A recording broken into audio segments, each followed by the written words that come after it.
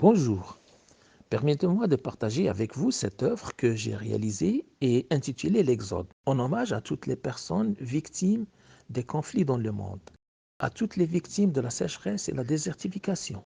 Il est à noter que les conflits armés, la sécheresse, l'explosion démographique, les problèmes économiques dans les pays tiers sont à l'origine de l'insécurité alimentaire et sociale, ce qui pousse les populations à quitter leur territoire dans l'espoir d'une vie meilleure ailleurs, au sein de leur pays d'origine ou à l'étranger. Face au chômage et à un avenir incertain, certains parents n'hésitent pas à encourager leur jeunesse à émigrer, à leur venir en aide en finançant leur voyage par la vente de leurs biens et parfois même à crédit. Il est à remarquer que dans ces mouvements migratoires, il n'y a pas que les plus pauvres et les personnes menacées dans leur territoire. On trouve aussi certains individus qui ont les moyens, le plus souvent des jeunes qui espèrent trouver ailleurs une meilleure promotion sociale que celle qu'ils auraient dans leur pays d'origine. Les personnes issues des pays tiers, engagées dans ces mouvements migratoires, n'hésitent pas à tout abandonner pour tenter l'aventure, même par voie illégale, pour atteindre, entre guillemets, l'Eldorado du monde occidental.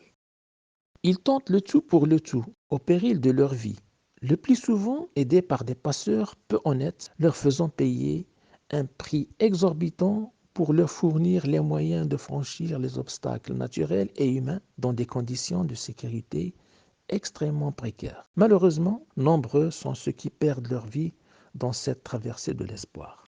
Lors de cette aventure, les migrants se trouvent le plus souvent bloqués dans les pays de transit et le voyage se transforme assez souvent en séjour forcé, plus ou moins long, dans des conditions difficiles.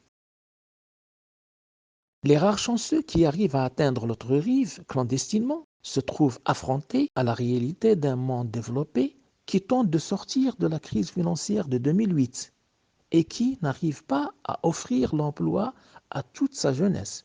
Une situation qui est malheureusement aggravée par la crise sanitaire due au Covid-19. Les jeunes migrants clandestins qui arrivent à sortir des mailles du filet de sécurité des pays d'accueil, qui pour la plupart n'ont pas de formation ni de métier, en meilleur des cas, seront employés dans des secteurs agricoles ou dans des secteurs d'activité précaires avec des salaires trop bas. Et par faute de permis de séjour, ils peuvent rester des années sans pouvoir retourner à leur pays d'origine. Ils vivent confinés dans ce que l'on appelle la dark society ou société invisible.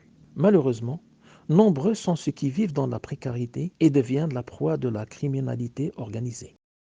J'ai réalisé cette œuvre en mémoire de tous les migrants qui ont péri, en hommage à tous ceux qui vivent dans la souffrance et la précarité à travers le monde. C'est un appel à la solidarité entre les peuples pour la protection de la nature. Un appel aux pays développés à œuvrer pour la stabilité des pays pauvres, des pays en voie de développement, en évitant la division et l'exclusion, en participant à la formation des jeunes, à leur soutien pour la réalisation de projets adaptés à leur milieu de vie, à leur culture, en facilitant l'accès des produits de ces pays à leur marché. Cette œuvre est aussi un appel aux pays développés à établir un quota annuel pour les migrations régulières, car on ne peut en aucun cas empêcher les mouvements migratoires qui font partie de la nature humaine. Après tout, d'après les recherches archéologiques, l'origine de l'homme, c'est l'Afrique, et le plus vieux fossile de notre espèce Homo sapiens date d'environ 300 000 ans, ont été découverts au Maroc, au Jebel Irhoud.